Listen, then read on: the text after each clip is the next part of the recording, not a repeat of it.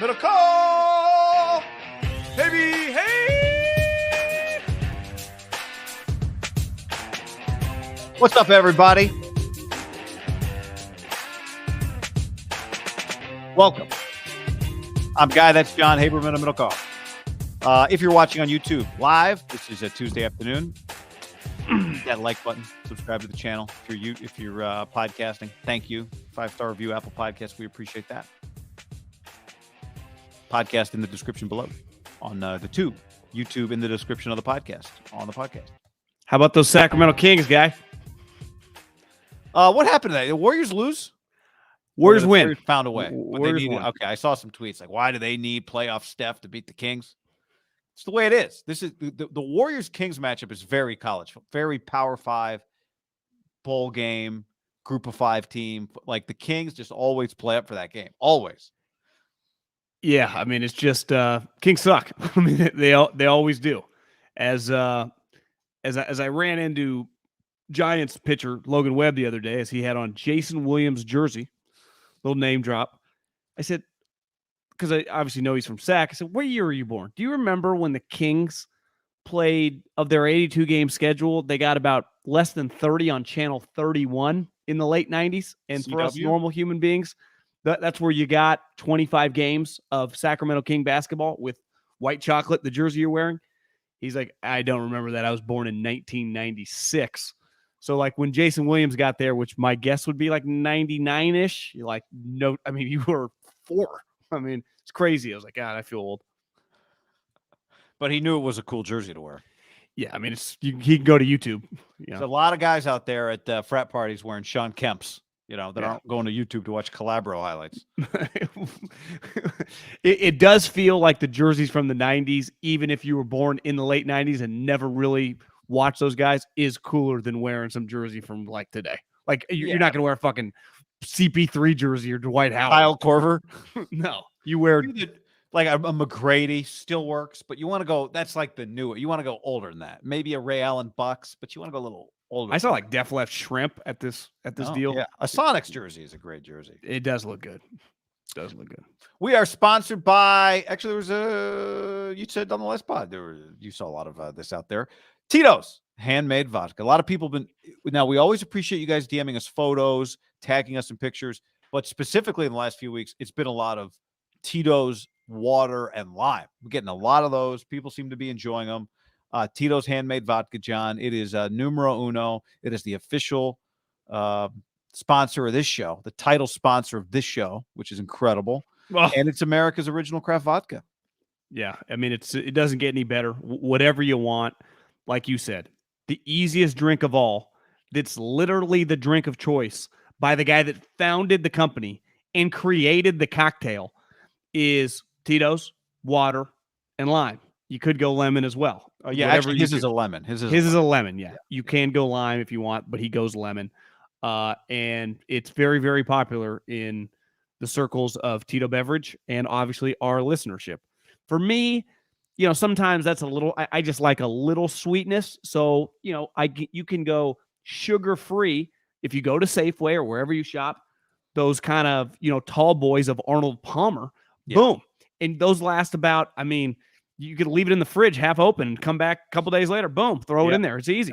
You definitely need like the half cal or the half sugar or whichever one it is. You don't need. It's still fantastic. You do not need. You know where they have it Safeway is like the jugs. You can get basically like an orange juice jug, but it's the half and half, 0 shugs.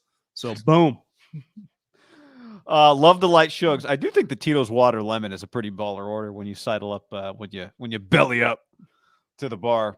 Of course, Tito's is the Judge's Choice double gold medal winner at the World Spirits Competition, the Chairman's Trophy for the world's best vodka tonic. I highly recommend specifically the ginger beer at Trader Joe's is a great mixer for a little ginger beer. And Tito's, a little mule there. But whatever you do, and they got, fall is here, holiday season, people coming to the house, all kinds of great holiday drink recipes at Tito'sVodka.com, distilled and bottled in Austin, Texas. 40% alcohol by volume, namely 80 proof, crafted to be savored responsibly. Cheers to my little brother. Why? Did he have a baby? Matthew John Middlecoff. born this morning. Ah, congrats, Lil Jeff. Tito's up for you, buddy. There we go. That's Not fantastic. that Jeff did much besides just be there, but Yeah, I mean, yeah, he did create. Yep, he did create. On the stream, Tito's the official sponsor of Raider Nation. I don't think they're not saying that. But No. Let's pump the brakes there. Winners only, John. Yeah, I guess like we say, it's good for all the emotions. Tell our friends about Indeed, or Yeah, tell them. yeah, really quick. Friends at Indeed, hiring never been easier. You just go to Indeed.com/ham. Instant match. They find the skills you're looking for. Indeed assessments help take the stress out of interview process. All virtual, not wasting any time. Indeed knows when you're growing your business, and there's never a better time to grow a business than times like now. Things are cheap. Go right now. Indeed.com/ham. That's Indeed.com/ham. Need to hire? You need Indeed. Just go to Indeed.com/ham. Indeed.com/ham. Terms and conditions apply. There you go. Good job. All right. I wanted to start with something today. Now, did you see who the new Colts offensive coordinator is? I follow his wife on Instagram. That's the only reason I know him. Parks Frazier. Yeah. That's the guy's name. His wife, they had a bit young, they have a young child. Okay. She used to be, what would her equivalent be? Like the Amy G of the Panthers is how I think I ran into her Instagram years ago. She was kind of doing something like that. Yeah, team reporter. And maybe she's team reporter by the Colts. I'm not quite sure. Maybe she's on maternity leave. She was the team reporter for the Colts.com. She's cool. I mean, she was a good follow. So they have a golden retriever. When I heard his name, I thought he sounded like a guy that should have been leading Vanderbilt in home runs this year. Parks Frazier, great baseball name. But I had to do some Googling, John. And I went to Wikipedia. There are 2 paragraphs on his personal life entry. And I want to read the 2 paragraphs to you because I think it's pretty great. Pretty great. 2 paragraphs. Little coaching career. Here we go. Paragraph 1. Frazier is married to Carolyn Cant, former reporter for the Colts website. The couple were wed by Colts head coach Frank Reich. Solid. Yeah. Paragraph 2. Frazier's home was damaged in a shooting in 2019 when 77 rounds were fired into the home. Oh, my God. No residents were home. No injuries were reported. The targeting of Frazier's house was later ruled a mistake. Paragraph 1. Here's my wife. Frank Reich married us. Paragraph 2. 77 rounds fired in my home by accident. That's if you only read those 2 paragraphs for a person's life, you'd say, there's a lot. This guy just a lot of different avenues we could talk. You could talk to Parks Frazier and be like, let's talk about some things, Parks. If there was a moment when your home got pumped full of lead, and for whatever reason, whether it was scheduled, you had to go to dinner with your wife, you had a work event, hell, you just randomly went to go see your parents down the road. You'd spend some time thinking, like, what if that hadn't been on the schedule or the docket and I had been sitting there watching the fucking Warriors barely beat the Kings? Also, if they had said to me, like, it was random, I don't know. I wouldn't be like, oh, cool, never mind. All right, everybody back in. I'd still have to leave, I think. I would still have to leave. Well, if it was random, does that mean the guy they were looking for is in the vicinity and they just were off one on the old address? Because it's like, well, is my neighbor James and Juliet on the other side? I mean, what the hell are they cooking? I mean, am I in enemy territory here? Yeah. Because you never truly know. And I'm a big believer in this. I don't give a shit what you do inside your house, as long as you're not bringing, the gangs coming my way. Right. You can do what you want to do inside your house as long as you're not messing with my stuff. Yeah. Or playing fucking music late at night. Is this Manzanita? Wrong street. My bad. I always remember. You remember your first move to go roll into other room or just go flat lay and hope it doesn't pierce low? I don't know what the move is. I have thought of that many times since you remember the Boston Marathon, Sarnev, that shooter, or the bomber, right? Remember that story? I remember that night so clearly because I remember waking up to watch it and calling you at 2 a.m. saying, turn on your TV. Was he hiding in a boat? They had like tracked him. Yeah. Well, one of the stories that night was there was somebody in that neighborhood, right, where he eventually was found hiding in the boat. They were doing some shooting at each other. Somebody in that neighborhood had just gotten out of their computer chair to like look out the window or maybe hit the deck. And shortly thereafter, when they got up, a bullet hole had gone right through the headrest of the computer chair. So ever since that, I've always wondered, like, what do you do? I mean, you want to get away from, that side, the windows. You want to hit the ground first, I guess, and then maybe army crawl. But, yeah, man, 77 rounds in your home. Like, I don't know. You just better not be home or near the front of the house. Insane. Yeah. Insane. Parks element. Frazier, There's an element of luck and randomness to life. 100%. There's an element of luck and randomness. And, I'm not the most religious guy, but sometimes you got to believe, especially in something like that, where it's like someone was looking after me. Right.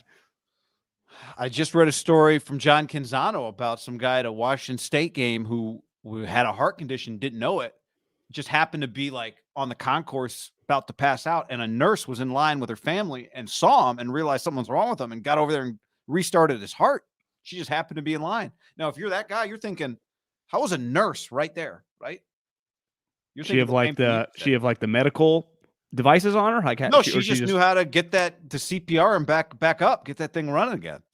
Yeah. So I remember my brother, his first child, said it's an eerie feeling that first couple times, when the kid is quite old enough to like the mom can go out and run errands. Like, oh, you just stay home with them, and you just realize like, what if something goes wrong? I got no clue what to do. Comment on the stream. Right. Parks Frazier might be a gangster ass motherfucker. Who knows? 100%. That's why you kind of get everyone off the scent. You marry the team employee, and you have Frank, who's a very religious man, marry you. Remember Marvin Harrison all of a sudden lighting people up at his car wash? His car wash. Was that a true story? We never really got to the bottom of that one. Well, yeah, I mean the guy got lit up. It's just somebody Marvin got shot. Was there. Did Marvin shoot him? That was always kind of no one knows. I think everyone thinks he did. Luis says gave us $20 to say at a pharmaceutical industry expo in Boston after presenting, told everyone I was with in the Four Seasons to get that Tito's and soda. Oh, look at you. God, you're living good there, Luis. Four Seasons, Tito's and soda. Must be nice. All right. John, here's a little nugget for you. Games between good football teams have been hard to come by in the NFL in recent weeks. I did a little digging, looked it up. Here's the last 4 weeks of NFL data. Okay. Week 7, there were 3 games between teams 500 or better. Week 8, 3 games. Last week, 4 games that featured 2 teams 500 or better. This week, there are 2 games that feature teams 500 or better. Bills Vikings is one. Chargers Niners is the other one. That's it. Is that the type of content going on Twitter.com right That's now? what you're missing right now, John. That is what you're missing. Yes. So I can bring you the good stuff or that dry piece of research. So it's safe to say this is, one of the better games of the week? Safe to say, yeah. It's Sunday Night Football. It's Sunday Night Football, one of the better games of the week, no doubt. And we'll see if, what the Josh Allen situation is. But it's a big game for both teams. I mean, more so than that they're both 500 or better. It's just the Niners are 500. It's not like they're above 500. And the Chargers are 5-3 in a really kind of crowded AFC right now. Like at the top of the AFC, the Bills have looked great. The Chiefs have looked great. They're both 6-2. I mean, Baltimore's 6-3. So AFC race is legit. Well, and just a ton of teams, right, for the wild card. I mean, the Jets, the Pats have the Jets and the Pats have bye weeks this week. I mean, they're both 6-3 and 5-4. Here's the thing for the Niners: when they play on Sunday night, they will have a lot of clarity in their division. Right, Arizona and the Rams, one of them is going to feel dead. I mean, I would say Cardinals feel dead right now, but like they could feel really, really dead at 3-7. Yeah, that's dead. 3-7's dead because you could get the they Cardinals get worse at a this point. time of year too. Yeah, that they're so gutless by the time you play them that you're in pretty good shape. But like you get to 4-6, all of a sudden you go, we just take 2 out of 3. We're just 1 game under. We're competing. The NFC shitty. And Seattle and somehow Tom Brady are playing a game in Germany at 7 in the morning on, well, I guess 7:30 in the morning my time. 6:30. I don't like this non-spring forward. I like getting that extra hour of sleep. But like that, if Seattle wins that game, if the 49ers lose, you are 2 games back in the division, even though you beat them. You're 2 games back in the loss column, right? They're 6-3 now. They would be 7-3, and you would be 4-5. Like that. Yeah. Would that be a little bit of a problem? I mean, it would be in part because like Atlanta, we don't really think about Atlanta. We don't talk about Atlanta. We just see Atlanta a lot somehow. But Atlanta right now is on the Niners' heels. Atlanta plays Thursday. Like if you're the Niners, you want the Panthers to win on Thursday. You don't want Atlanta sitting there at 5-5 as you go into this game at 4-4. Because if you're you know where that game is? Which Atlanta, Carolina, I won't say it's in Carolina. It's in Carolina.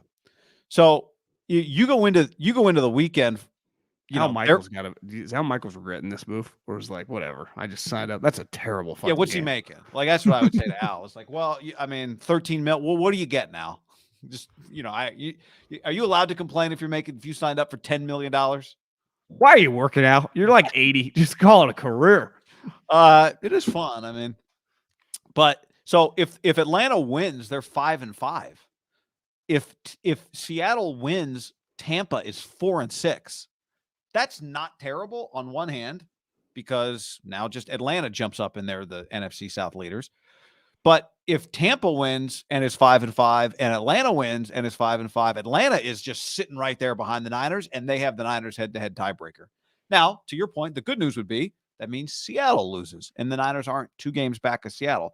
But the point is, Atlanta is kind of hovering around the Niners. You could argue they should have beat the Chargers last week. We can talk more about that. I think Atlanta looks pretty solid. Like to me, when I watch Atlanta, if you had to say, Middlekauff, you got to put $1,000 on a record above or below 500, I think I would take 9-8. And I don't think it's inconceivable that I have to look at the rest of their schedule. I mean, they should win on Thursday. Would it be the craziest thing if I told you that bunch went 10-7? No, I mean, John, they play Panthers. They play the Bears. Okay. Bears are feisty right now. Play Commanders, play the Steelers. I mean, they got these are winnable games. Saints, winnable. Ravens, Cardinals, Bucks. Yeah, I mean, Niners losing that game. That one could sting as long as you don't take care of business. If Atlanta wins this week, they've got at least, I think, probably 4 more wins in them. And what would they be if they win this week? 5-5. So you're with me, though. It's not inconceivable that they could get to 10. Because they do. I mean, I might have been a little harsh on Drake London watching him. I know Khalil ripped the ball out of his hands. He's pretty good. And Kyle Pitts feels like he's really coming into his own. And that coach. And their run game, I mean, the Algier guy, like they run hard. That's what I'm saying. I do believe if Arthur had a skinnier face and you could promote him a little more like the LaFleur, McVay, Kyle, he would be getting more hype. Or maybe it's just Atlanta for a bigger market team. Was Tennessee, the quarterback he had in Tennessee. True. I mean, I think he's pretty good. Like I watch their team, especially on offense, and go, he's fucking making shit happen. Thank God. And you could say the same thing, I guess, for the 49ers. Like if you gave the 49ers or the Falcons, either one of them, let's just say Justin Herbert, it would be a problem. If I gave the Atlanta Falcons Justin Herbert, would you go lock playoff team? Yeah. They'd have blown the Chargers out last week. Would have killed them. They still almost beat them. Well, what would they have done to the Niners? I mean, they won 28-14. Yeah, I mean, it wouldn't have been an upset. It just would have lost. They would have lost. They just would be a problem. They feel like a quarterback and a couple guys on defense away from being. I mean, is that their division in a year? So I guess ultimately, I'm not trying to defend the loss. That loss has aged better. 2 games that I was wrong on at the time in terms of how it would age. Seattle win has aged pretty damn good. And the Atlanta loss has actually aged a little bit better over time. But if you had beaten Atlanta, I'm not justifying the loss. It was embarrassing at the time. They'd be 3-6 right now. What's their record right now? 4-5. They feel better than 4-5, though, don't they? They feel like you said, like a 9-8, 8-9 team. I guess they lost to the Chargers. In my mind, I keep thinking they beat the Chargers, but they lost. They lost. Yeah. So anyway, now there's a weird scenario where, like, if Atlanta loses, the Niners could lose. Football team plays Philly, so they lose. Even if the Rams beat the Cardinals, they still have the head-to-head tiebreaker. And so the Niners could actually lose and still, quote-unquote, be in a playoff spot next week. But the point is, I think football team, mean, the Eagles aren't going 17-0. I know. There Is is it- 11, I think. Points. Where's that game? I want to say, I don't know. I thought it was in Philly. I can look here. It's in Philly. Okay. So tough spot for Roll Heineke. Heineke had a pass. Did you see his pass to Curtis Samuel into triple coverage? One of the referees wiped out one of the safeties who was going to pick the ball off, just takes him out. The other two guys probably pick it off too. Curtis Samuel leaps up, makes the catch. I want to say it was Aikman. Whoever was calling the game was like, that was a horrible decision, but it was a 60-yard bomb. The referee destroyed one of the DBs. And the guy gets up like, what the fuck? The referee's, barely getting up. Yeah, I don't, the Commanders, man. But they're feisty. Chase Young's coming back. So to your point on the Chargers, they're 5-3. New England's 5-4. Cincy's 5-4. Miami 6-3. The Jets, as you said, on a bye at 6-3. Tennessee at 5-3. But luckily for them, the South is MIA. So that's their division completely. But this game actually has more meat to it, Niners Chargers, than it does like the sizzle that I expected it to have.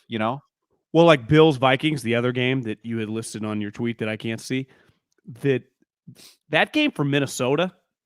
Have you seen? I mean, every team in that division, besides Minnesota, has one loss. All the other teams have 6 or worse. Like they've unofficially won that division. Like that thing's over. They're 5 games up. Is that good? How and they beat all the teams. Like 5 games up in baseball is a lot. How are they? What are they like? Honestly, 2 wins away from a hat and T-shirt game. Like how? Who the fuck? That thing's a wrap. I don't think any of the other teams are going to get to 9 wins. So that game ultimately doesn't matter that much to Minnesota. There's just a lot of not political playoff implications on this Niner Charger game. Just big picture too. Like and this like part of acquiring Christian McCaffrey and getting healthy, all these guys back is like, I guess that I don't know if Lombardi or someone. I don't know how I would have seen this. Maybe someone forwarded to me that they ended practice yesterday by like 1, 2, 3, time to go on a run or something. Who did? Fred Warner, I think, when the team had like a light walkthrough practice after the bye.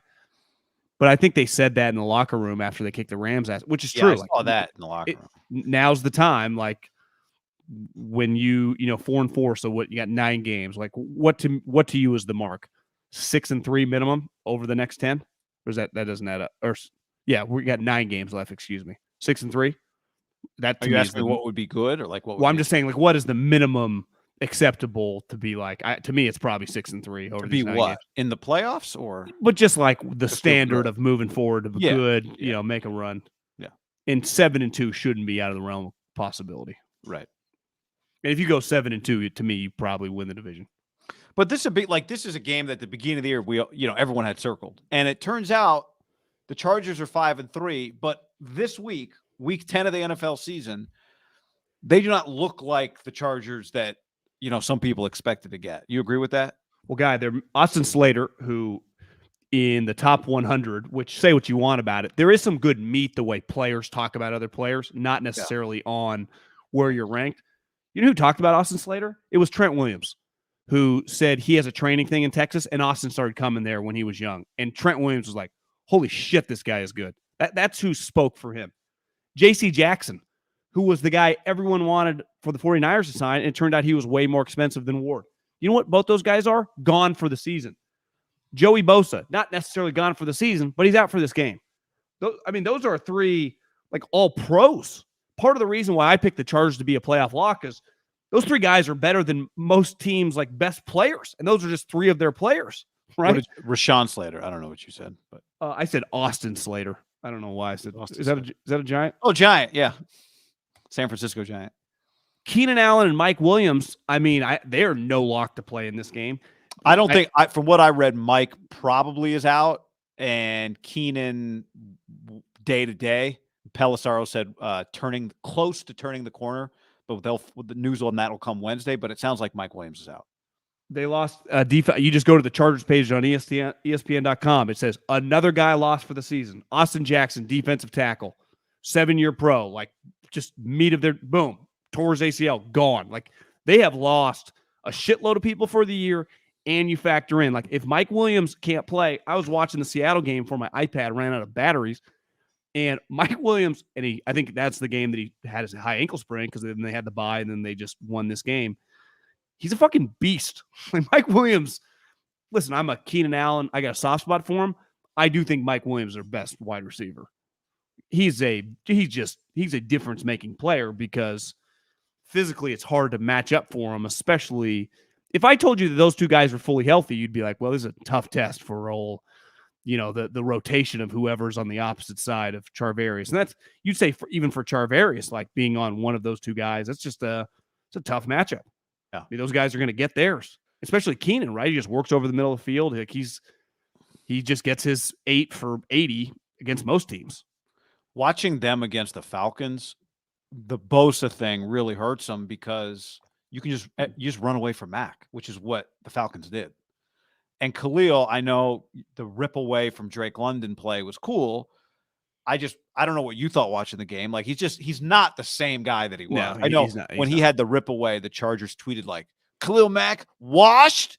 And then they show that play. It's like, first of all, I wasn't even thinking about it till you guys wrote your guy might be washed. And now that you mention it, yeah, I mean, he's not the same guy. Now, I'm not saying he's washed up. I've hated washed for like 3 years. Washed up, just say up. But whatever, it does sound cool. Can't deny that. Because isn't washed a good thing? Like I just washed, right? Yeah. I'm clean. Did you say watched? But to me, like Khalil Mack would really benefit from Joey Bosa being on that team, obviously. But it would just keep teams from being able to avoid him, which they're doing. He's on that play specifically. It wasn't like Khalil Mack turns the edge, almost gets Herbert, turns the corner, chases down the wide receiver. He was dropped into coverage. He was kind of in no man's land. Drake London catches an out by the sideline to make a play, turns back up. Khalil's just there. And I don't think you expect Khalil. I'm not defending Drake London. You got it, ball security. But clearly, I don't think he realized that the defensive end outside linebacker standing there with the biggest arms in the league grabs the ball right out of it. It was a good play because Khalil just took the ball, but it wasn't like he came from far. Drake just ran right into him as he's dropped into coverage. Here's what I know. As he's getting held up by like one or two other guys. Would Kyle Shanahan pay to have Khalil Mack dropped into coverage every single play? No. You don't think Kyle Shanahan would pay drop into coverage? Well, I'm saying, would Kyle Shanahan pay the Chargers to drop? Yeah. Would he pay for them? Never drop him into coverage. Yeah. Yes. When you drop into coverage, is a big win for the offensive team. So most times Khalil Mack run, like he plays the run better than he pass rushes right now. Yeah, but I'm just saying you just want him away. Yeah. And then, right when he did it, because I remember we talked about it earlier with ball security. The second time I watched the ball security he was just like going like, and then he realized it and he doubled down. Yeah. That's how he fell. Yeah. There were some fumbles in that game. And then on top of that, John, your favorite topic, like part of it is it's also Brandon Staley who you're going up against here, right? So it's who I actually thought threw some pretty interesting blitz, like just threw a few things at Mariota early in that game in terms of blitzes from different spots, but this is not an a limping Andy Reid team where he can make up for a lot of it probably. I would say of all the coaches that consistently getting made fun of by me, but I think universally. How would you know what's going on the internet right now? Yeah, but I've had my fair share of time, so I know what plays and what doesn't. I would say that Kingsbury's up there. I would obviously say that Brandon Staley has been up there with some of his decisions, and when you lose to people like that, and Kingsbury last year beat him twice, Andy Reid could have lost to Mike Vrabel on Sunday night. And it's not the worst loss because it's fucking Mike Vrabel and he's been beating a lot of people. Even though ideally your team is better than that team. It's what I'm saying about like the loss to Arthur Smith. Like if Arthur Smith, last year he went 7-10 with Matt fucking Ryan. And if this year he goes 9-8, you go, this guy might be a little better than you realize. And no wonder him and Vrabel as a combination were rattling off playoff victories. Like looking back, that's a pretty dynamic combination. You lose to Brandon Staley guy. I can't justify it. I cannot accept anything less than you deserve everyone shitting on you, because that's what's going to happen. Because here's the other thing. You just listed all those guys injured. You watch them. They are, as you said, a skinny Herbert who is clearly banged up, who's throwing to guys that most NFL fans have never heard of. It feels like they got Justin Herbert, they got Khalil Mack, who's not quite Khalil Mack anymore, and Derwin James. And they got a lot of random guys flying around. So you're not playing a big-time team, and you're playing a coach that most people think sucks. And I would say universally everyone thinks they should fire him and hire someone else because you're going to waste this quarterback. Yeah, it looks like they're wasting the quarterback now. And I don't think I said it on the stream. I said it to you beforehand. The thing about Herbert does look, watching him, I've watched a lot of Herbert. And obviously, I mean, he fractured his ribs. He does look like he probably hadn't been lifting as much in the last month and a half. Although they say he's healthy now, he does look a little skinnier to me. Now, part of it, he's tall, so you can just look a little skinnier. Feels like the ball's still zipping. Yeah, I mean, he does a really good job of like looking like he's going to throw a rocket and then throwing a changeup if it's like a dump down type pass. But yeah, I mean, it's Bob on the stream says you can't lose to Haley and Hackett in the same season. Staley and Hackett in the same season. That would be unacceptable, flat out. Be rough. Run like that. That's a loss that's aged even worse, right? The Hackett 11-10 game. Yeah, there are no words for that one. Yeah, is that a worse loss than the Bears game? Given that if you want to factor in the monsoon, yeah, you factor in the monsoon. Although, it's like, Justin Fields turning out to be good isn't good for it's not good for you if you're the Niners. So there's a lot of poison in some of their losses. The Broncos loss hurts. That Bears loss hurts. I mean, who'd think a 5-star guy from Ohio State that also went to Georgia that has a rocket arm and is 6'3" and can run like the wind would turn out to be an above average talent. The Ohio State guys have been bad before. That was one of the knocks on them, right? I saw before I got locked out of Twitter, I sometimes just search, like when something's just hot, just type in Justin Fields. Totally. And you just run into like a lot of former Ohio State guys that are probably like our age or older. And it's like that feeling when Justin Fields, bails out an entire program of busts, and just all the different memes of Justin Fields doing God's work for a program that just can't produce a good starting quarterback. And like everyone in a weird way, despite going 11th, has any player gone that high and been written off quite like Justin Fields? Like, because he went 11th in a draft, but it felt like everyone did not think he was that good. Yeah, like when Deshaun went high, there were a lot of people who were like banging the table for him, right? I just don't think that many people were banging the table for Justin Fields. Do you think if Justin Fields wouldn't have gone 11 and fallen to 15 with Mac, would Bill still have taken Mac? I don't know. He might have taken Justin at that case. Because he'd be like, look, he just had Cam and probably had some fun with like the athleticism, right? Like maybe Josh McDaniels would have seen like we could do some stuff with a guy who can run. Yeah. I would have loved to see that scenario. But Josh might have also preferred Mac. I don't know. McDaniels. Yeah. Somebody here said, where did this go? Robert says, honestly, is Staley better than Anthony Lynn was? Anthony Lynn revenge game, John. Forgot about that part of this. Truth. Yep. Jay says, how does McCaffrey's usage formations change with Elijah back potentially on Sunday? I mean, Elijah Mitchell he's not the number one running back anymore, right? Well, is there a diamond? Hell yeah, play? there is. Quarterback under center.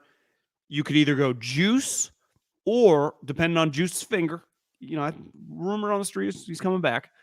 You go Debo, Elijah, McCaffrey. Who knows who's going where? And maybe Kittle and Juice each on the edge, just power, Or you throw McKivitz, just the ultimate. No. You go Kittle and Juice next to Trent Williams. You put them on the same side. How about that fucking formation? This might be 12 guys, but you also throw McKivitz in there as an extra offensive. We got to do the math. Do we have enough guys on the line? We could be at 12. I don't. Because I think a Debo, Juice, Mitchell, and McCaffrey backfield would be it, but I don't. Do you think we get a play in the near future? Wildcat, Debo, McCaffrey, Elijah Mitchell, 2 of the 3 of them. 1,000%, yes. Do you think it's more likely to be McCaffrey and Debo? How about a Debo throwback to McCaffrey, who then throws a pass to Garoppolo? Do you know what you can do when you have a sweet running quarterback? Did you see Lamar's Debo McCaffrey pass? Yeah, it was basically just the one that got broken up. That play. I thought the touchdown. I think it was the first. They basically just ran quarterback power, but you just think he's going to take off, and he just stops and throws it, and the guy's wide open. But it's just the quarterback. Yeah. Because I was watching Manning was going pass. Peyton. Well, that was one other thing from just going back to the Chargers for a second. Cordero Patterson, did one of his touchdowns get called back? The sweet one that he broke down the corner, yeah. But he had they ran the ball. I thought the Falcons, the numbers don't quite reflect. I thought watching the game, the Falcons punched the Chargers in the mouth with their run. I agree. So Jay, Elijah, I don't know. I mean, I don't love whatever it was, 23 touches for McCaffrey. If that number's more like 15, because it can be, that'd be cool. I mean, you want to get Elijah Mitchell going a little bit. Were you watching? I think it was the post-game press conference. We were on live. I couldn't sleep that night, and I clicked on. I watched a little bit of Kyle, and they asked him about the double pass to McCaffrey, and they're like, "How did you develop, or how did you think of that, or why?" And he said, "Well, on Thursday night, we're getting ready for our red zone package because typically that's I think a short yardage red zone play." And he said he just screams down the hall, right? Like, anyone know if McCaffrey can throw? Honestly, for as trivial as it sounds, it's kind of good insight. Like, this is just everyone's kind of in their office working on their packages before a meeting, and the offensive coordinator just screams down the hall, and then all of a sudden the tight end coach texts him a clip of McCaffrey when he was a Panther. What did he throw, like 60, 55 yards in the air, and then they tried it at practice, and boom, the rest is history. He threw a touchdown to Kevin Hogan in college too. So sometimes. Now, they would have asked, like, if they wouldn't have been able to find it, I'm sure would have tested it out anyway, just see if he could do it. But because typically I was thinking when he said that, what makes a great coach is knowing your player strengths. And the longer you're around certain players, right? Like, when you watch, like I was watching the Miami game, like, McDaniel is very, very comfortable with Jeff Wilson and Raheem Mostert, right? Even though they are he just acquired one in free agency and just traded for another, but he knows all their strengths and weaknesses. And it feels like pretty immediately he knows Tyreek, like just what he does well. Now he's probably a pretty easy player to deal with. Like when Andy and I think he studied that one in the offseason. Like Mahomes and Travis Kelce, like they're just completely on the same page 24/7, 365. Even when they miss, you're like, oh goddamn, they knew what they were doing there. Yeah. And it's taken him a little while. Now it feels like Juju's coming into his own, but like Kyle is very, very comfortable with his main guys, what they like, Juice, Kittle, Debo, Ayuk. But I always find it cool when you get a new toy, how you kind of learn it. And that's what's so crazy about McCaffrey, right? How fast that it all worked. And some of it was just instincts on both their parts. It wasn't even necessarily Kyle, but an extra bye week, an extra just those two texting probably over some cocktails on like Thursday night. Like, Kyle, I was just thinking this. We used to do this when I was at Stanford or Carolina. I fucking love this. Or Kyle's like, randomly sitting there with his kids like, Christian, what do you think about this? Or him and Debo talking, and then they bring it up to Kyle. Like, I bet the think tank over the last week, the offseason, just ideas going in guys' heads. Like, we haven't talked about this yet, but I really love doing this. Is that something you guys have run in the past? Like, I bet a lot of that's gone down over the last, even the bye week, just texting, don't you think? Yeah. And I would add, and I'm not just saying this because he's our guy, but I bet Juszczyk has some ideas.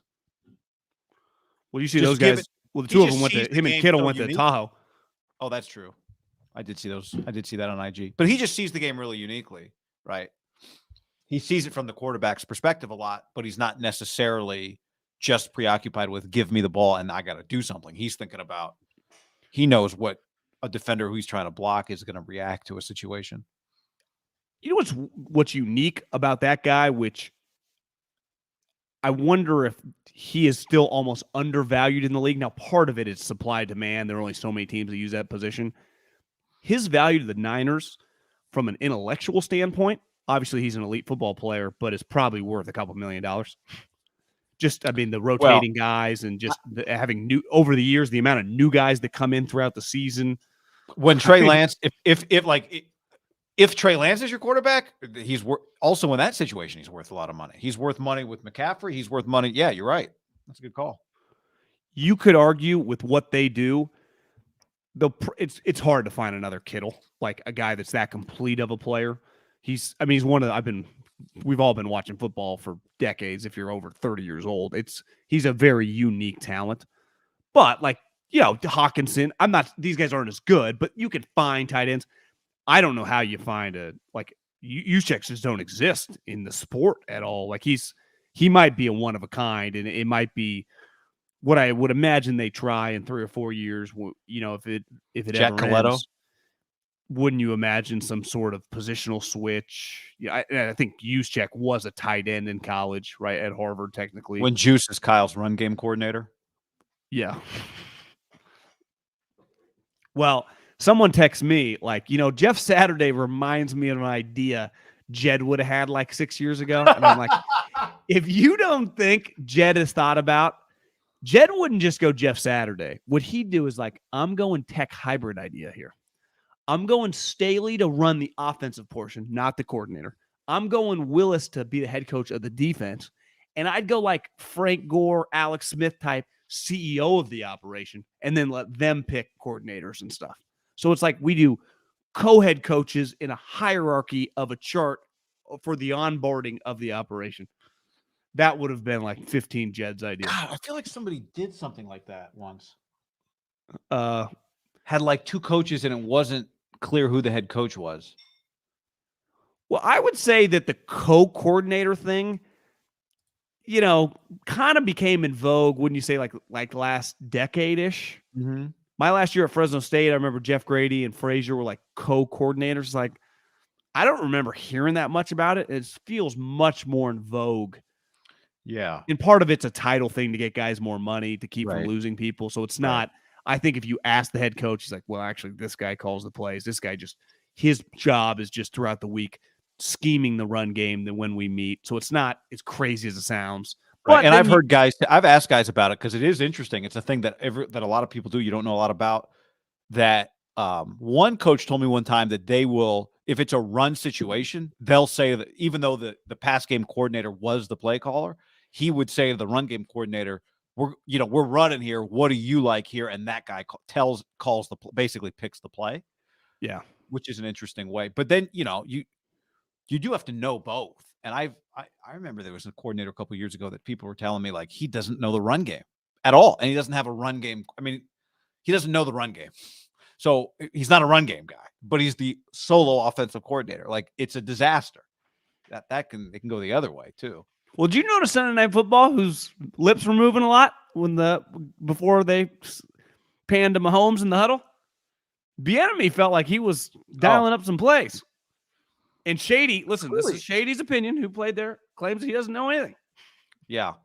Well, I talked to a guy that you know really well who's an offensive coordinator for a head coach that calls plays a few months ago. And I was asking him, like, how does it work? I think I mentioned it on the pod. I've definitely told you this, but he was like, well, I'll stack plays for the next drive and he'll look at them. Sometimes he'll use them. Sometimes he won't. Sometimes something else is going on. He'll tell me you got the next drive coming up, which is a kind of a weird dynamic, but interesting. I would imagine that happens more than people realize. The occasional, I'm going to go, I got to go talk to my defensive coordinator, call a couple plays here on first and second. Just take the drive or whatever, and then I'll chime. Harbaugh was notorious, right, for just chiming in all the time. If you subscribe to The Athletic, there is a fantastic article on like Harbaugh's right-hand man who really, it makes it sound like was a huge key component to their kind of turning it around last year, and obviously their success now. Like he's played a big role. Very, very interesting guy. He goes by the name Poggi, I think. It's just search Michigan Football Athletic. I would guess Feldman wrote it, but I'm not exactly sure who wrote it. But it is maybe Staples or Wasserman. It was on my main page when I head to the restroom earlier this morning, and I was glued. It's probably the best thing I've read. Granted, bar's low. There's only been so many articles I've read over the last couple weeks, but it's fantastic. And it shows that Jim it's just a good example of this guy helped Jim staying out of his coordinator's way and just kind of getting back to his roots of like, let your guys cook a little bit. Yeah, that's him. John, you are not, his name is Biff Poggi. Biff Poggi, yeah. Harbaugh's consigliere. This would have been a lock retweet from me, but can't. So Poji? I don't know how to share. You have a platform, John. You're using your platform here. So good. Thank you. I will. You're right. It is a Feldman. And it was too in depth to just. It was just had some good quotes. Type stuff that as like a 20-year-old. I mean, I've read those articles fucking 7 a day. Speaking of Harbaugh, somebody DM'd me the other day when I was tweeting about the Colts, and they said, could Jim Harbaugh be – actually what they said was, I think Irsay is going to want Harbaugh to be the next head coach of the Colts. Now, Irsay, I don't know if you saw it. Did you see it in the clips from his press conference? I had it on mute. I saw – no, not really. He said he loves that Jeff Saturday hasn't been in the league because he doesn't feel pressure. I saw that clip, which, as you know, was going to get hammered and did. But I don't know what the relationship with Jim Irsay and Harbaugh's like. My bet is Jim could flip the switch real quick if he had to. Harbaugh, that is, to make Irsay feel good, and nobody would give Irsay a hard time for hiring Jim Harbaugh. Harbaugh in the Ring of Honor for the franchise, right? Yeah, I mean, he's in the Ring of Honor. I'm pretty sure he is. He was, and so is Jeff Saturday. So we already know that interests Irsay. Harbaugh wanted the Vikings job, tried to get the Vikings job. Hard to tell a little bit a few years ago, but he was at a different point. Michigan has since, I think, repaid him and made him feel special again. And obviously, he's got as we're recording this, we don't know exactly where the ranking is, but a top CFP team that's going to come out here in 20 minutes, new CFP rankings. So he's got things rolling in Michigan. But if Harbaugh wants to get back to the NFL, this would be a really interesting spot for him. The one thing he doesn't have is a ready-made quarterback there, but most teams don't. So he didn't have one in San Francisco, and he created it. Yeah, now, Alex was there, but he convinced him to stay, and then he resurrected his career. He is in the Colts Ring of Honor, and he only was there 3 seasons as a player. I guess 94, 95, technically 4, 94 to 97. Colts Ring of Honor is actually pretty incredible. It's like Unitas. Harbaugh. Don't see Unitas. Do see Robert Irsay, Jim's dad, Dungy, Harrison, Edgerrin James, Eric Dickerson, Marshall Falk, Saturday, Polian, Manning, Wayne, Freeney, Mathis. Probably want to throw Unitas in there, but they might have forgot about him. Feels like Irsay just with a lot of Jim Irsay guys. He did say, I've been running this team for 50 years. I know what I'm doing, or something like that. Yeah, I mean, the family's 50 years. Isn't he like 68? Well, I would imagine the family's had it for 50 years. So in Irsay's mind, he's been around it since he was a kid. I don't think it's crazy. Now, when you read that Michigan article, and I believe that they're going to beat Ohio State this year. And just watching college football, Georgia's clearly the best team, but it does feel like he could win a playoff game and be right there again and have back-to-back seasons be in the playoffs. He's making huge cash. Oh, absolutely, he could. I agree with you on that. So, it's hard to tell. Was last year's was he scratching his itch, or was it more revenge? It's hard to put him and figure Jim out, right? So it's really hard to know. Because if you told me he's back in the interview cycle, even if they have an incredible year, I'll believe it. If you tell me he's turning people down now that he feels like we're rolling and this is where I'm meant to coach, or does he have to scratch that itch again? Or is this just an opportunity? Because they do have a lot of good players on the team.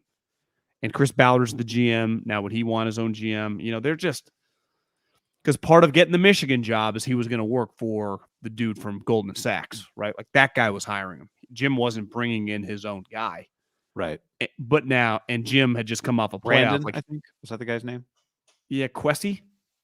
Oh, Quessy in it. Sorry, I was thinking of – there was the guy who was the anyway, never mind. So has Jim – even though he's, rolling again at Michigan, lost the juice to be like Sean Payton if you want to hire. Let's say Sean Payton's interviewing, it's basically unless it's with Jerry Jones, I get to pick everybody in this team. It does feel that probably Irsay is listen, we'll give you $8-9 million, probably more than that, $12-15 million, but Chris is going to help you pick the players. He knows what he's doing. Maybe Jim has, at this point in time, realized that's an easier way to go, having dealt with a situation where I guess he's seen it both, right? He had Balky, even though he had a lot of influence, especially at the quarterback position, but he has technically been the owner, GM, and head coach when when you run a college program, right? Like there's no player that comes into Michigan that he doesn't ultimately, even if his position coach is the guy that wants him, he's got to give the okay for them to sign him. That's the best part about college football, that like Kirby Smart is the fucking GM, owner, and head coach of the Georgia Bulldogs. Saban, Lincoln Riley, Ryan Day, like it's a pretty good job once they pay you NFL money. It takes a little more time because the recruiting aspect of it is different than signing guys and, the draft, but because you got to spend so much time getting to know, like, kind of kiss guys' ass and lose a lot of people, but still, like, you get to pick who you want, right? Like, ultimately, Jim's decision, why this young quarterback, why he did that thing this year is because he picked that young quarterback, right? That's the guy he probably wanted. And then, like, that's a powerful thing that we see in the NFL. Sometimes there's back and forth and fight, which is natural. I want this guy, you want that guy. And the best operations, like a lot of people keep saying, is like, did Seattle get a little lucky on Geno? It was clearly, they acted like they liked Drew Lock. And my take was, I bet John Schneider really liked Drew Lock in the draft, but he's not dumb enough to know, like, it was probably clear in training camp that Drew Lock was not as good as the other guy. And ultimately their job is to try to win games. So they made a pretty easy decision. This guy's way better. John ain't going to fight it. And then everyone benefits. Like, ultimately you always benefit, whether it's college. The difference is usually in the NFL, the GM some places does have a lot of juice. They can tell you who to start, or at least kind of get in the owner's ear. In college, like, every guy on the field is like, there's no booster forcing you to start a guy. Like, it's your head coach. Yeah. It's, in a weird way, I think Ballard, who Jim Irsay said is definitely not getting fired, and Jim Harbaugh are kind of a match in terms of just style. I think they would actually work. The problem is, it does feel like a GM would be kind of nuts to want to hire Jim unless he's very secure about, A, he's very secure about how he and Jim would work together, or B, he just doesn't have a choice, right? Because I do think fundamentally what Ballard would want a team to look like and what Jim would want a team to look like are kind of probably the same, or similar at least. The Colts have been, when they've been good over the last couple years, like when they've had their moments, I think I saw his record was like 40, 33-1. So that they have been a competitive team. They have been a physical, run the ball down your throat team, not rely too much on the pass, right? And you could even say the Michigan I'm watching now has relied a little more on the pass these last couple of years. Their run game is still dominant, but their running back's really good. Yeah, and they had like two guys Zach last Charbonnet year, too, and he couldn't beat out those guys. Well, the guy they got now is Blake Corum. Yeah, he's a stud. Johnny Unitas was a Baltimore Colt, so I guess not remember we were talking about crazy owner things. Jim Irsay, he got the Colts by trading the Rams to the owner of the Rams. They traded teams. I do like stories from the 60s and 70s on sports more than... Then he moved him in the middle of the night. I'm pretty sure that story goes, right? Just like moved everybody out in the middle of the night. They left Baltimore in the middle of the night. Truly middle of the night. Pat just packed up. Society had a little more unknown factor back in like the 70s. Shit, you're like, what just happened? It just happened less now. Yeah. I think NFL teams were run like just like your local, every like town gets like a few just business guys that are just, they got enough money that they're not going to lose everything by doing some nutty things and starting a restaurant that doesn't make any money. And I've got one guy in mind who I love, but it feels like NFL teams were run like small businesses. It used to, because that's what they were. They were not these multi-billion-dollar corporations. They were run like Mattress Mac runs it. You know what I mean? Like, it was Mattress Mac. That guy owned all the teams. Well, think about this. Like, Eddie gets a lot of credit, right, for being on the forefront of the nice jet and taking care of players. Yeah. I bet there were some owners in the league that understood, like, treating employees is, and especially your star talent, it means a lot. But you might not have had the money. Like, if you were just richer and willing to do that, you had a big advantage. Now there's just a bar, like, you don't have a choice. I mean, it wasn't that long ago in the NBA, Cuban was like, Mark Cuban, first guy to just get his own charter jet, wipe it out, only players only. Then, like, everyone followed suit. I'll never forget going to Disneyland. It's the only time I've ever been. 95, maybe. And getting on a Southwest flight from Sacramento to Los Angeles.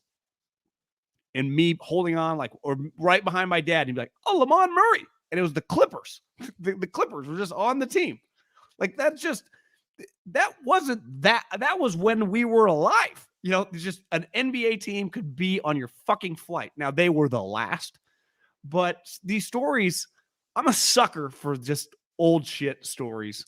Like the Jim Harbaugh team that he played for the Colts is a completely different world than the NFL we're part of, talk about, follow, and discuss now. Yeah, the conversation about the artificial turf and how we should only play NFL games on grass now, while legitimate, let's not forget what the turf was. I'm not saying they should be happy with the artificial turf that tears everybody's ACLs, but there was a time when Harbaugh played. These guys were basically playing on concrete, and like putt-putt golf was carpeting, right? It was like little low fucking hotel carpeting. I think the stadium where the Eagles played before they built the link had concrete under the and that's where Michael Irvin broke his neck or whatever and was carted out. That was the field, remember, where Herm and was it Andy Reid? They were like, we are not playing on this field. It's a preseason game. They were like, I thought it was Billick. Wasn't it like Ravens, Eagles, and the carpet was like uneven, and Billick just walked off the field? Maybe that also happened. I just remember Herm telling the story, maybe on the podcast. I think Andy like meeting at midfield, like they just both got back on. They got back on the bus and went back to. I think it would have been Baltimore. Oh yeah, I guess Herm might have been the Eagles coach at the time. Is that possible? No, Herm, he never it definitely coached the happened Eagles. with Herm also, so maybe it was a. I think Herm played for those Eagles teams in the 80s. I can't even imagine what the facilities. I mean, what the whole thing. Billick would definitely do that. He's like, not the wrong thing to do. Meanwhile, Raiders and Packers with poor Matt LaFleur in his first year played on a 80-yard field, wherever the hell that was. Remember that? And Gruden wanted everyone to break legs, and LaFleur refused. You know, I was thinking about today. If you and they tried to alpha LaFleur, and LaFleur kind of didn't give in. Yeah, if you traded four picks and players for a coach, and that coach led you to the Super Bowl, would you say the trade worked? Do you win? Yeah, you win the championship. I mean, I'd say most people subscribe to the old adage of whatever you have to do to win the championship is good. And I tend to agree if I subtract bubble championships, which I don't count. So the Anthony Davis it was a failure. But I would say historically, like Stafford, everything they did for that championship, no matter what happens moving forward, the Rams can always say they were champion in the NFL. Yeah. Is it a poor reflection of Gruden because what's crazy about that Super Bowl was they traded all the shit to get Gruden. He won the championship. But the Raiders went to the championship too. They traded Gruden, and they're like, yeah, look. Now, the difference was they probably lose the game because Gruden's on the other side, right? I see, to me, both those teams are they do. I think it's historically because, like, the Bucs knew all their calls. Remember, I think Lynch has talked about it. Like, they knew every check. But it's a little like Larry Coker on each side. Right. Like, you just inherit a sweet team. So what's his name that took over the Raiders? Like, they were already loaded. And then most of the Bucs guys that are anti-Gruden or people around football were like, well, yeah, you just fucking inherited Tony Dungy's sweet squad. They were already competing to win Super Bowls. You know, was he the difference? Maybe, but could it have just been like that was their time? Like, if you would have taken over the Eagles in like 2005, could they have just won the Super Bowl instead of having Andy Reid? Possibly, right? If you had just taken over the Patriots in 2015, could Nate Hackett have won the Super Bowl that year? Possibly. But that, like 3 years later, it could have been a disaster. If you're just handed, if Tim Cook leaves tomorrow as someone's handed apple, like there's a decent chance for a couple of years they're just going to keep rolling. Then it could crumble.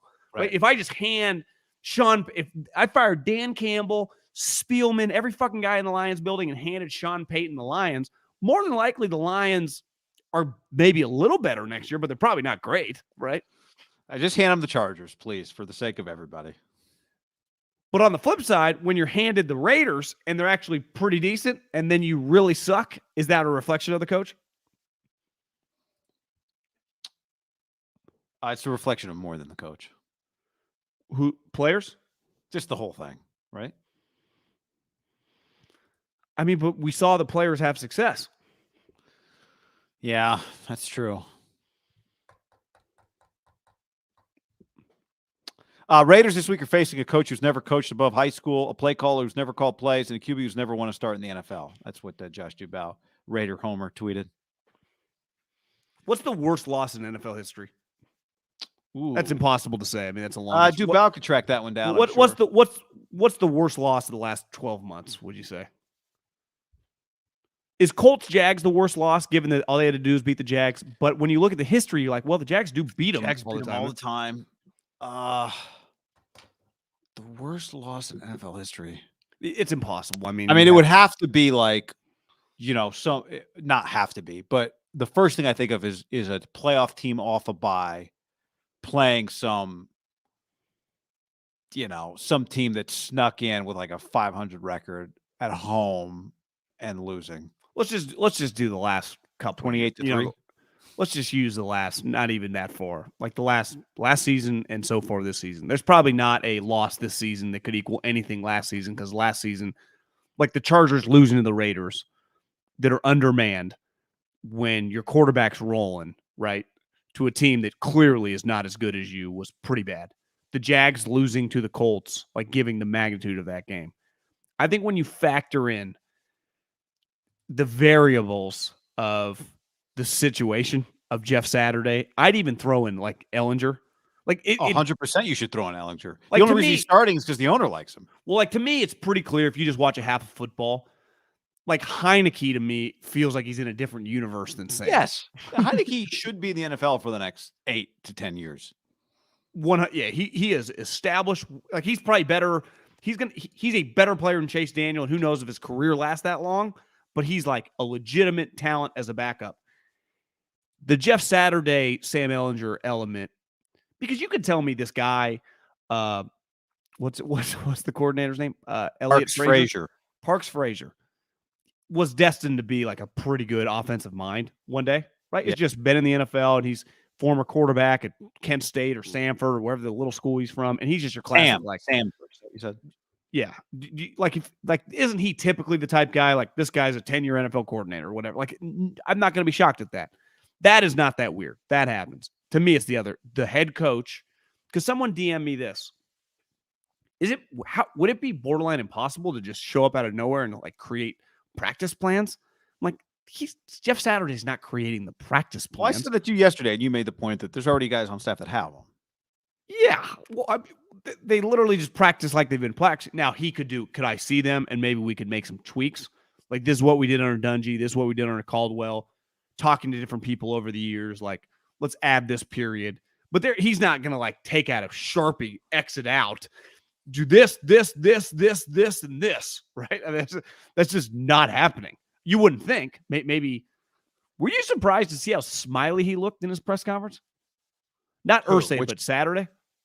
Kind of like he was just named the head coach. Him an NFL team. And that's just what he's used to. You throw on a suit, you get on camera, and the lights are on. You just, it's NFL Live. You just put on a smile. Good point, Lewis. Field, when I watch this team. Susie?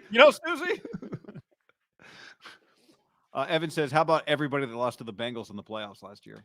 The difference is, like, it's pretty clear when they're healthy, they're a pretty respectable offensive squad, right?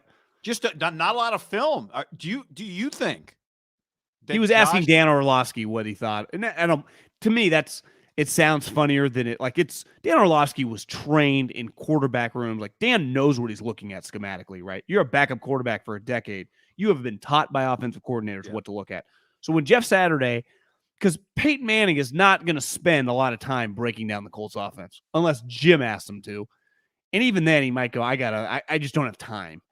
But I do think Dan, who's naturally doing it anyway, like Jeff's asking him for advice. And we were texting about this last night. Well, why is he doing that? Dan for advice, because Jim's probably peppering him like, what are we doing wrong? And Jeff can look at the run game, but there are probably elements of the pass game that he might not know or even could contextualize. So he's got to ask other guys. That's why coming to this thing, there's an element of toughness and respect he can bring, but he's going to need Parks Frazier to like dial up the plays, right? I mean, he's not going to know the verbiage of the offense more than likely unless he played in that specific. No human being, if a player can't figure it out in a week, coach is going to know the playbook, right? Who just literally shows up on, today's his first full workday. I would guess he flew in yesterday. I would be very interested in when the game kicks off, what is he doing? Like, is he really managing timeouts, or somebody in charge of that too? Say the exact quote from Irsay about analytics. Was he taking a shot at analytics, or was he? I don't have the exact quote in front of me, but I can find it. Did you feel when he said it? Because I did hear the clip, but I wasn't quite sure. Is he saying like analytics are a good thing, you got to use them, or like fuck that shit, we're gonna play ball? I thought he was saying that coaches are afraid to like follow their gut. Yeah, just to do what they think is right. One thing I've heard about Frank, who by all accounts is a fantastic human being. I mean, he's the type of guy that marries people. His character, there is not a soul that's ever been around him that doesn't swear by Frank Reich's character. I have heard he is kind of a puss when it comes to, part of being an NFL coach is a little confrontational and a little willing to like, no, fuck this. We're doing this because that ain't Frank. And when I saw some of the clips of Irsay, I thought he was kind of tired of Frank just doesn't want to create controversy. And kind of as a coach, you got to have the balls like, this might not work. Bring the heat if I mess up. Because it's like Brian Kelly's a good example. Like, fuck it. We're winning it or losing it right now. If I lose it, I might have, already equity. Like I got this close, but he would have taken some shit. Like, fuck it. Like one thing you say about Brian Kelly, like he ain't scared about being judged. Like Frank, from what I've been told, ain't a big like ruffle feathers guy when he just has the opportunity to do it. Maybe he feels Jeff Saturday, an undrafted free agent, tough guy, all pro, just has some more balls. Yeah, I'd heard he's not big like hold players accountable guy, and I think we saw it when they benched Matt Ryan. Remember his comments like, when Matt came, we promised Matt that he'd have an offensive line, and that didn't put a lot of always making excuses almost. Now, part of it was like, he feels bad probably because Matt Ryan shouldn't be benched for Sam Ehlinger in his mind, right? You're lying. You can't say Jim Irsay told me to do this.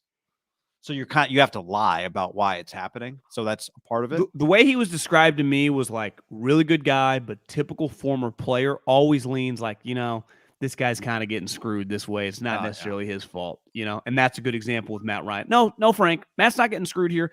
Matt is horrendous right now. Good. Again, another good guy, but he's just a bad player right now. And that's the thing with sports, especially in football, because how fast, in baseball and basketball, you're just stuck with guys. Like you just can't cut a guy that's making $30 million. In football, you can bench guys at the moment's notice, right? You can just cut a guy. It's of the three leagues, the most you can just be cutthroat when you are cutthroat. It's why when you say historically, Walsh, Belichick, Parcells, these guys just do not fuck around when a big time decision needs to be made. We just pivot, right? Yeah. So I have a question I want to ask you, which is this: do you think that somebody in the Raiders' offices, under the direction of Josh McDaniels, has pulled the tape of Hebron Christian High School from 2017 to 2020? It's a serious question. When Jeff Saturday was the head coach, and said, we got to watch a little Jeff Saturday tape. Yes. How do you get it? How did they get it? They had to get a hold of somebody. Somebody had to get a hold of somebody. Somebody was assigned that task, right? Somebody's got to get some Hebron Christian High School from 2017. Well, they have a lot of guys, including their head coach and general manager, that basically careers were created because of Belichick. If I told you Belichick was playing this, is there any chance on God's green earth that they wouldn't have people breaking down the last team he coached? They would have it all. This is in, I think that's the high school, Dacula, Georgia. Is that where he was? I thought he was in the Midwest somewhere, but I think didn't Jeff Saturday go to North Carolina? I think he's a Southern guy. He doesn't quite feel like that, but I think that's kind of his roots.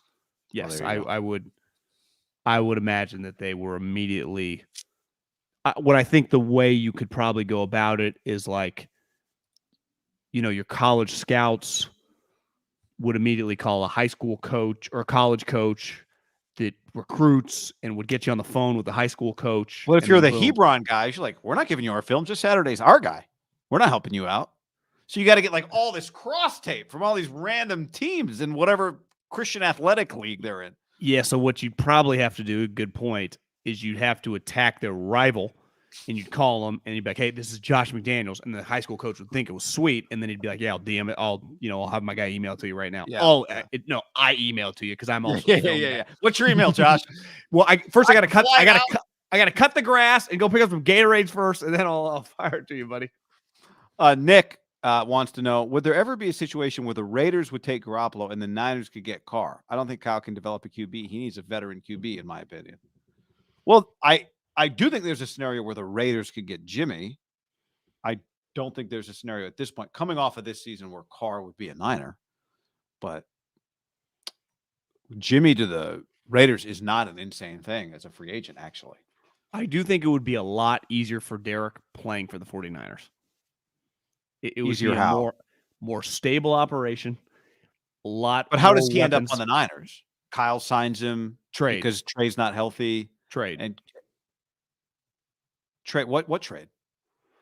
49ers don't have anything to trade. That's true. I'm just thinking now they don't have any picks. But I mean, the Niners would not trade Jimmy for Derek. No, I was thinking like trade your second round pick, but they don't have a second round pick. Jimmy would have to leave as a free agent to the Raiders, and then the Raiders would, I guess, maybe they would then. They might cut him, but I guess they would trade him in that scenario. You're right. Derek 100% would have some value. Yeah. You're right. I mean, wouldn't the Jets be interested potentially? The Patriots be interested potentially? There'd be a lot of Colts. Honestly, if you told me Harbaugh gets Derek, I'd go, you know what?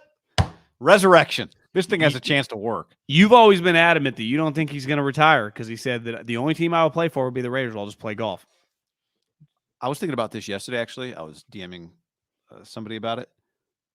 How could you walk away if this Raiders season continues down this path? Derek can't walk. Like, if the Raiders are like, we're going to try and get Jimmy or we're going to draft a quarterback or whatever, you can't walk away after this year to live in Vegas and watch Devontae Adams play for the Raiders. No way.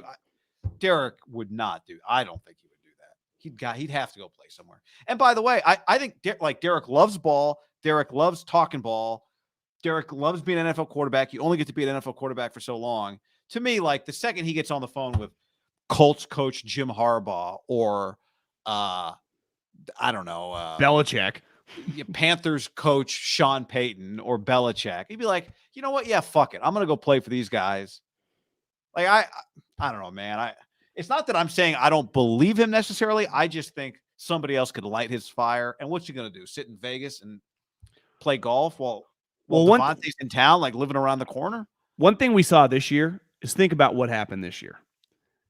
The quarterback movement was pretty nuts. You got Carson Wentz on the football team. You got Matt Ryan on the Colts. You got Deshaun Watson on the Browns. Like, if you tell me there are 3 or 4, like what, like right now, if I said the name of like 3 or 4 quarterbacks where they're going to be next year, a lot of people's jaw would, I don't know, hit the floor. But yeah, there were some hit the floor moments. Tyreek Hill's on the Dolphins. Devontae. One thing we've seen now, the trade deadline's a good example. These younger, super rich fucking coaches and GMs, they ain't waiting for like, yeah, we'll just figure it out. That's been the Colts' problem. They've kind of slow played it. All these other GMs are like pedal to the metal. I'll tell you this. If Josh McDaniels wins like 5 games, he ain't going to try to suck next year. I mean, he might go, I got to make the wild card to keep my job. Yeah, you're right. He wouldn't go, let me go draft a quarterback and develop him. He wouldn't be able to. He would need a quarterback. So what quarterback would he get? Could be Jimmy. Could be James. Could be Mac. I mean, it's there could be to me there are just a lot Derek of scenarios. To the Pats, Mac to the. That's not crazy. Because Matt, would you imagine Matt Ryan retires? Yes, I would imagine that. Yeah. Well, he does, but he's got a lot of money coming to him next year, doesn't he? I think he does. Well, they're going to cut him then, I would think. If you get cut with a year left on your deal, they just pay it out right then? It just depends how much you're owed. Then you can just retire with that year's money? Yeah, so, I mean, technically he's owed, I mean, it's hard to really tell. Maybe they agree to $30 million. I don't know exactly how much is guaranteed. I mean, his dead cap 7 years into his contract is still $18 million. I mean, he is just... I remember when he signed his deal, a guy that negotiates as part of like a front office told me at the time it was a pretty historical deal because they guaranteed $100 million. So at signing, or no, maybe it was this, guaranteed at signing, he's like, within 2 weeks, he's going to get $95 million. And that was the first of like that was ahead of its time in 2018. And then obviously the floodgates have opened the last 2 or 3 years with the Mahomes and Josh Allen. But I just remember like at the time, like part of that escrow thing was like, we only guarantee 30, 40 million, put the rest of the $100 million away. But that was like the NFL has kind of to a new threshold because when Steph Curry signs a $200 million deal, I pay you over time, 35, 40, like I don't get to 90 until like year 3. But at the time, Arthur Blank, boom, 94.5. Wow. I bet that, like, for example, Kyler Murray contract. I wonder if Kyler got as much at signing. My guess would be no. Well, he got the. Yeah, he did. No, never mind. Well, it's because he agreed to the study clause. Well, think about this is how ahead of the time Matt Ryan was. Kyler Murray, almost 4 years later, his guaranteed at signing was 103. So it's not like they've gone from 95 to like 150. Like that $100 million, like cutting $100 million check. I mean, these franchises are big. They're not Apple or Google. I mean, that's a big check to cut. That's all cash. It's not like, well, can I finance, 70 million of? No, it's like cash into the account. If you're Arthur Blank, you do that first thing in the morning, or does that sit on your desk till the end of the day? I think first thing in the morning. Get it over with. Fuck. That's one of those where like, should we direct deposit this? And you're like, write the check, please. Can you imagine being Bidwell and afforded him $103 million and watching this? Well, is Cliff going to get fired mid-season? Or he just got extended? Before I got booted off Twitter, I saw he was trending. People thought he was going to get fired after what's... I didn't think he was going to get fired. I think he makes it the whole year. Yeah, I'm just saying if he loses this week, he's 3-7. Yeah. Did win 11 and make the playoffs last year. That's true. Saw his brother, not his Kerry. brother, Vance's brother, right? Who I guess you could, if you fired Cliff, you could make him the head coach. His brother's the interim coach at Nebraska. Yeah.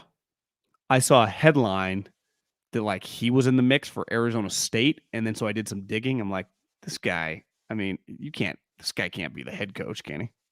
What's his back? What has he done?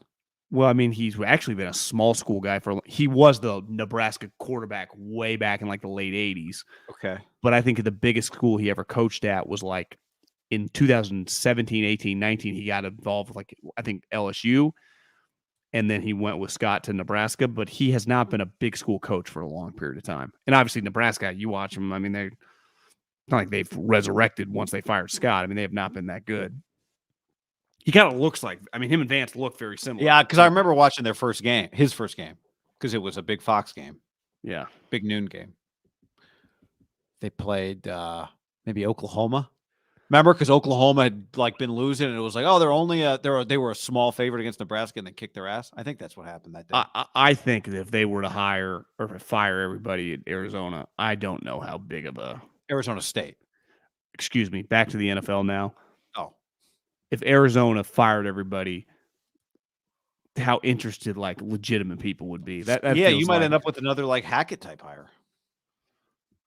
Is Arizona State a better job than the Cardinals? No, it's going to pay. I mean, it's not going to pay what the Cardinals job pays. Yeah, the Cardinals job pays. And again, for all of Kyler's limitations, you should be able to win. You should be able to be a wild card contender with Kyler Murray. Don't you think? Who would you have put money on this year to have a better season? Jaden Daniels in the SEC or Kyler Murray? I mean, how about if Brian Kelly right now probably is going to be in the SEC title game. Well, if he wins out, he's in, right? Well, if he wins out, he's in, yeah. I think they play, I got to check their schedule. I think they play like at Arkansas, at A&M still. I don't think Arkansas is very good this year, though. Well, it's just 2 SEC road games. I mean, albeit, you're right, not a great team. I think that's their schedule. But yeah, he just beat Bama, so he's got Arkansas this week.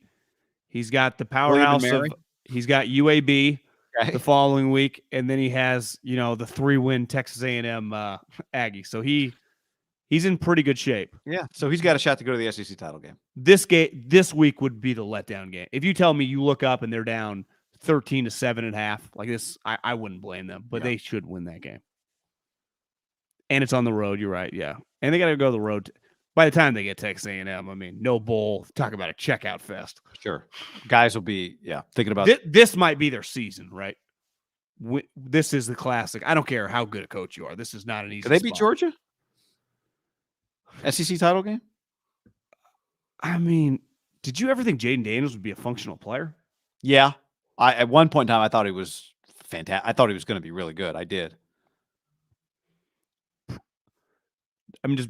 I guess you're already paying the guy $95 million. I was saying just Brian Kelly, because there's a difference between like giving Charlie Weiss an extension, like Brian Kelly, like you already gave him 10 years. So where's you paid him like he was going to contend for the SEC title game this year, right? Yeah, I guess the good part about giving guys that you like that $8.95 deal, it's like I don't need to give you extensions for fucking years. And also, it's LSU. Like, what job are you leveraging? Like, oh, Michigan State called. Like, no, they didn't. Right? So what? Yeah, go. What was he going to say? Auburn called? He had a pretty unreal. He got his ass kicked by Tennessee, and then he went on a run of beat Florida by 10, which is a big deal at LSU, right? That's a rivalry game. Kicks Lane's ass, beats Bam on a walk-off touchdown at home, night game. Going for two. Right, went for two. Went for two. That's pretty good 3-game stretch. That's you get fucking become beloved. I'm happy. LSU being good is just so great on TV. Crazy thing about Bama is like even when they lose, I mean, think about their losses. It's like a walk-off field goal that hits the goalpost, go for two. I mean, honestly should have beat Tennessee. I don't know if you should say that, but like one thing people in the SEC will tell you though, like when you really nitpick them the last couple of years, they could have lost like 5 or 6 games. Now, it's part of like why Nick Saban, but they have been in a crazy amount of tight games that for a long period of time, they were in 1 or 2 a year. They've been in like 5 or 6 a year lately. Mm-hmm. Like last year, Ed Ogeron almost beat them. You know, they've been in A&M did beat them. Lane, remember a couple years ago when we bet on them, it was way closer than it should. They've 22 point underdogs. Their talent isn't quite what it. I mean, they're kind of a 2-man show right now. Now, granted, those 2 guys are going to go 1 and 3. So, if you're like, yeah, we're a 2-man team. Like, who are your 2 players? The number 1 overall quarterback and the best pass rusher in the country. You're like, yeah, I'll take it. It's like if they were an NBA Jam team, they'd win the whole thing. You know. It's like, well, who's Georgia's best player? Actually, it's the defensive lineman. Well, didn't all the defensive linemen get drafted? Yeah, he was the underclassman last year, and he was their best player. Oh, and the corner, who was, many considered, if Jordan Davis was the second best player, this guy was the third best player. Like, where the fuck are they getting these guys? Like, yeah, their third tight end is 6'7", 270 pounds. Was it you telling me or someone else telling me that someone was talking to them in a production meeting and said, why don't you just run 3 tight ends? I was telling you that, yeah. And you watch Georgia. Somebody said, why the Georgia OC, why don't you guys run? It's off the record. Why don't you guys just did a lot during Tennessee. Like, I mean, their 3 best players, on offense are tight ends. I mean, their best player on their team is a fucking tight end. And their third tight end, technically, I think he's their second now, is the Washington number 0 is 6'7", 260 pounds, 270 pounds. And a lot of people said, he's probably a top 50 player. I texted one guy the other day. He's like, well, he's going to run faster than you think. And the moment teams meet a guy 6'7", 270, that's been like a 3-year player at Georgia who plays tight end, doesn't that guy feel like I think he's a good character guy, like feel like a lock to go in the 20s? Like, wouldn't you just take, who'd you get at pick 31? I don't know, a 6'7" tight end from the SEC who's dominated, who can jump over guys? Like, where do you go wrong? Like, we overthinking this? I'm searching Twitter right now, John, for Prop 27 updates. I'm not seeing them. I know the latest polling on Monday was not looking good, but something to keep an eye on. For, what updates? Prop 27. Not to get political here. We can get political with that. What's wrong with people, man? How did gambling, every state in fucking America that matters financially has passed, and somehow California got their panties in a bunch by arguing over the homeless? It's not about where the fucking money goes. It's that it's generating money, and the state gets a piece of it. Then they can fuck around and wipe their ass with it as they do. How would this not pass? I don't know. I've not been checking the polling numbers. My guess is that Well, I don't. I shouldn't say I know. That it's not so much about where it goes and just simply what it is. That it's going to take a few years for people to accept it. So the most quote unquote progressive state is New York, Philadelphia. Every state has passed it. Yeah, I mean it's all the same state where it's like, flavored tobacco does not have a place, right? Although I didn't see what that thing did today yet, but there's on the ballot about flavored tobacco.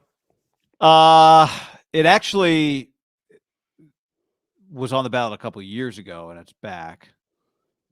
Did you vote? I mean, for what? For everything, or for Did you go to the polling? I mailed it. Oh, my Y on 27 is going through the machine as we speak. Oh, that's getting tossed. It just may not matter by that point. That got Billy in the machine going, that's a no. That one's not. Yeah, that's that one's not good. So anyway, I'm also trying to find the latest CFP ranks as we sit here, but we can go ahead and one day, man. Yep. Gambling be legal in California in 2075. Back to daily fantasy for me, John. Where's my CFP rankings? Can I get some CFP rankings? Or maybe they're just leaking them out little at a time. California, that one is an all-timer, given that every other state. Surprised. I am in the fact that like every other state passes pretty easily.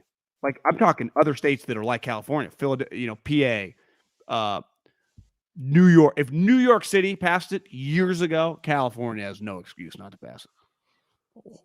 Yeah, football coach. There's no excuses to be made. I saw people in the industry tweeting no on 27. If Twitter had a slap emoji, and you were on it, and I was on it, what a joke. Meanwhile, I got my egg tweeting about crypto. It's not an egg. I mean, it's a real logo. In Prop 27. Clemson, Bama. So Clemson's 10, Bama's 9, SC is 8. I love this. First thing I find, I type in Prop 27. This person, hashtag fire Cliff, hashtag fire Kime. If you vote no on Prop 27, you're a fucking authoritarian loser, and I genuinely hate you. Now, granted, this could be Prop 27 there's legalize on California. This guy's talking about it. We got a lot of people on our side when you just type it in.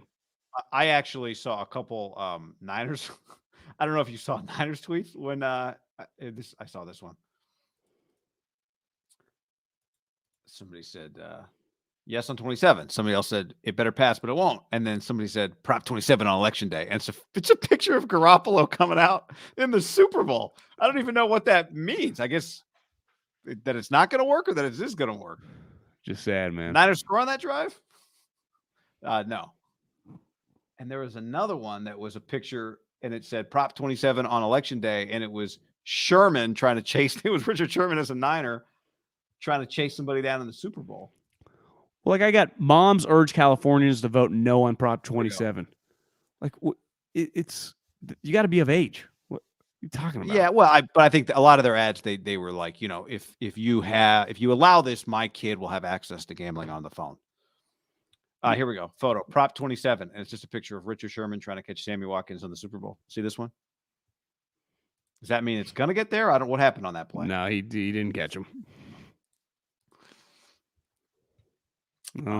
Pour one out tonight, Tito's. Yeah, it's we always have that at least. Can I get the latest CFP rankings, please?